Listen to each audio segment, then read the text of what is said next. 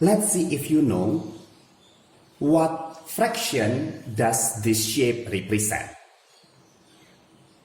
Just now we have learned how to determine the fraction of a colored part and of the non-colored part, or we know it as a shaded part and non-shaded part, right?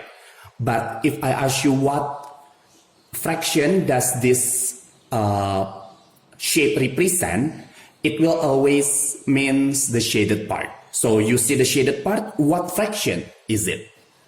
In here I have 1, 2, 3, 4, 5, 6, 7, 8. I have 8 parts. Out of how many equal parts are there? Let's count together. Since the colored part is 8 just now, we continue from there. 9, 10. Out of 10 equal parts. So I have 8 part out of 10 equal parts. And we call it 8 tenths.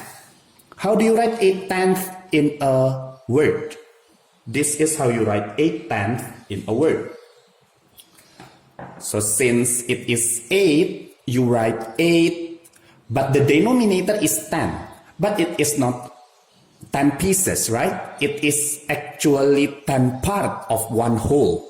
So it is not just 10, but you have to put the th at the end. 10th. You do this only in the numerator, in the denominator, I mean.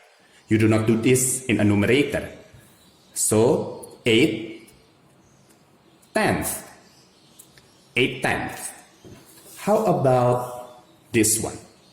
What fraction does this shape represent? We know that this shape has 1, 2, 3, 4 parts. So we have 4 parts out of how many equal parts? Let's continue from 4. 5, 6, 7, 8, 9, 10, 11, 12. If you think that you are not sure about that, you can just count all over again. From 1, 2, 3, 4, 5, 6, 7, 8, 9, 10, 11, 12. So the total is 12 equal parts and we have 4. That gives us 4/12. How do you write 4/12 in a word? This is in word. 4, do you see that it's not changing because it's the numerator, but the denominator, because it's the total or total equal part that we have, we put 12 and then we put th at the back. But maybe some of you will say, no, that's not how you write 12. You have to understand that when you want to put the th, if the word itself ended with e, this e, what I mean is this e, if the word itself ended with e, it will change a little bit. That's why when you check the book just now, I will show you the book. I will take this for a while and then I will show you the book again.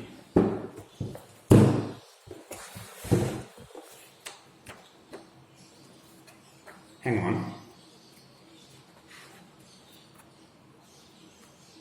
Where was it? Here it is. I don't know if you can see this, but for fifth, because it's ending with E, it will change. For 9, because it's ending with E, it will change. For the 12, because it's ending with E, it will change. I will put this, as I said just now, I will put this in the Google Classroom. You can see the attachment so that you can learn from it, okay? So again, you know how to write this for 12th in a word. It will be like this. And then 8 tenths is like this. Understand? Are we good? Good job. Let's move on to the next objective. So now in here I have 4 shapes. And we will see if you know which shapes represent 2 tenths. Let's check one by one. How about this one? 1, 2, 3. we have 3 parts out of, since this is 3, 4. Out of 4 equal parts. So this is 3/4 or 3/4. Not the one that we are looking for. How about the next one? We have 1, 2, 3, 4 out of, since this is 4, 5. So we have 4 out of 5 equal parts. So this is 4/5, not the one that we are looking for. How about this part? We have 1, 2, 3, 4 part. Out of how many equal parts? Since this is 4, let's continue 5, 6, 7. So this is 4/7, not the one that we are looking for. Let's try the last one. 1, 2 equal parts. Out of how many? We have 2 parts out of how many equal parts? We have 2, 3, 4, 5, 6, 7, 8, 9, 10. The total is 10. So we have 2/10. 2 parts out of 10 equal parts. So the 2/10 represented by this. Do you get that correct? I will put it there. I'm sorry, you cannot see it. 2/10. Let's check another one. Among this shape, which one represents 3/7? Let's check it. 1, 2, 3. This is 3 parts out of 4, 5. 3/5. 3 parts out of 5 equal parts, but not 3/7 that we are looking for. How about this one? Let's check. 1, 2, 3. Out of how many equal parts? Since this is 3, let's continue. 4, 5, 6, 7. So 3/7. Oh, this is the one that we are looking for. We got it. 3/7. But to make sure, let's check another one if this is not 3/7. If this is not 3/7, then can you help me to determine what fraction is this represent? We have 1, 2, 3, the same 3 parts that we had. How many equal parts are there? Since this is 3, let's continue. 4, 5, 6, 7, 8, 9, 10. So this is 3/10, not 3/7. How about this one? 1, 2, 3. We have 3 parts out of how many equal parts? Since this is 3, let's continue. 4, 5, 6, 7, 8, 9, 10, 11, 12. So this is 3/12, not 3/7 as well.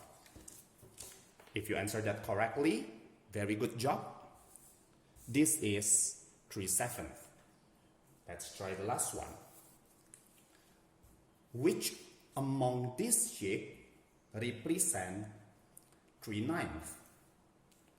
Let's see. This is 1, 2 part that I have out of 1, 2, 3, 4, 5, 6, 7, 8, 9. Out of 9 equal part, I have 2/9. This is 3/9. So wrong. We move it aside. How about this one? 1, 2, 3, 4, 5, 6, 7, 8. I have 8 parts. How many equal parts are there? Since this is 8, continue 9. So 8/9. Not the one that we are looking for. The last one, let's check if this is 3/9. 1, 2, 3. I have 3 equal parts out of how many equal parts in total?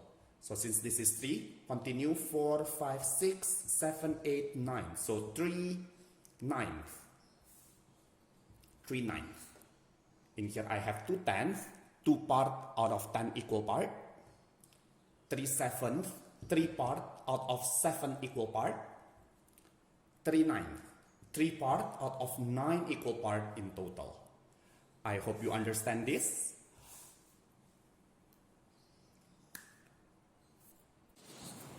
Well, we get into the very end of our video. In this, today you have learned about what is fraction. Fraction is a part that you have or a part that something is represented out of total equal part. I hope you understand that fraction is something that is less than 1. And then other than that, you also learn how to write fraction from a given shape. Just now I gave you a shape And then I ask you to write the fraction of a colored part and of the non-colored part, or as we know, the shaded part or the non-shaded part. You know how to do that. Remember, if there is no detailed information, that means it's asking about the colored part, okay? And the last one, you also learn on how to use shape to represent a fraction. You can choose, if I have a fraction, which shape represent that fraction. You have learned how to do that as well. So it's a very good job. Thank you very much. I hope you understand about this fraction. We will meet again in the next video. Thank you.